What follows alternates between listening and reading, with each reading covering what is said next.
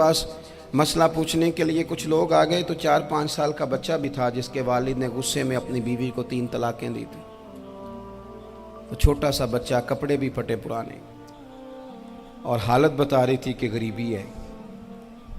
تو جب میں نے مسئلہ بتایا کہ 3 طلاقیں ہو گئی ہیں تو واپس جانے لگے، تو بچہ مجھ سے کہتا ہے، دیہاتی آدمی تو کہنے لگا، مولوی صاحب میری اماں تے نانی کہنی اسن پوچھ کے آئی آپ کہ ہن اسی لہدا لہدا ہی رہنا ہے. تو اس بچے کی نونہال کی وہ کیفیت دیکھی تو میں رو پڑا.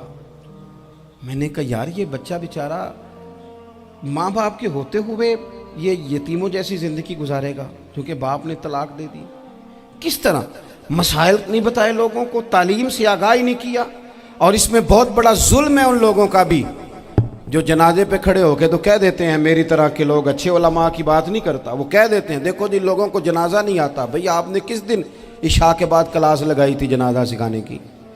یہ تو آپ نے کہہ دیا لوگوں کو قرآن جی ٹھیک نہیں آتا. تو یہاں تو بیچاری بیبیاں جن کو صحیح پڑھنا نہیں آتا وہ مشن بنا لیتی ہیں کہ میں نے اتنے 100 کو قرآن پاک پڑھانا ہے، بیوہ ہو گئی ہوں، طلاق یافتہ ہو گئی ہوں، ساری زندگی قرآن پڑھاؤں گی. ہم کیوں یہ مشن نہیں بناتے؟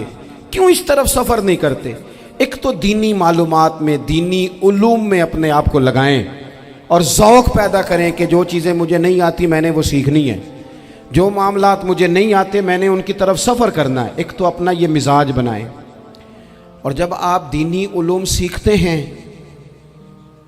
تو پتہ ہے کون سا منظر قائم ہوتا ہے؟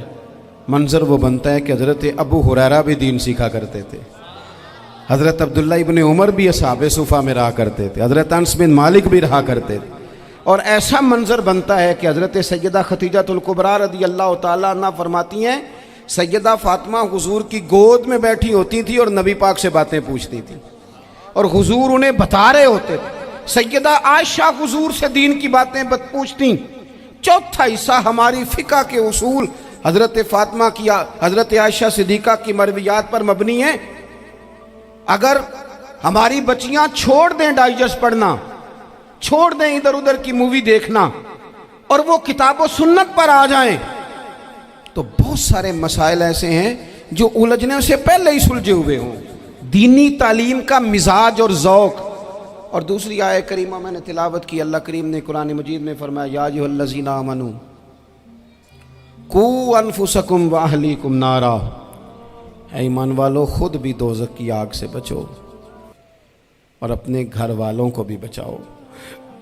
او والد، وہ ماں جو بچوں کو بھوک سے بچانے کے لیے محنت کرتی ہے، ان کو مایوسی سے بہت سارے ماں باپ ایسے ہوتے ہیں جن کے پاس کپڑے لینے کے پیسے نہیں ہوتے عید پہ. کیوں؟ اذان شروع ہوگی جی، اذان سنیں جی. عزیز بھائی، جس طرح ہم اپنے بچوں کو دیکھیں، بہت سارے ماں باپ کے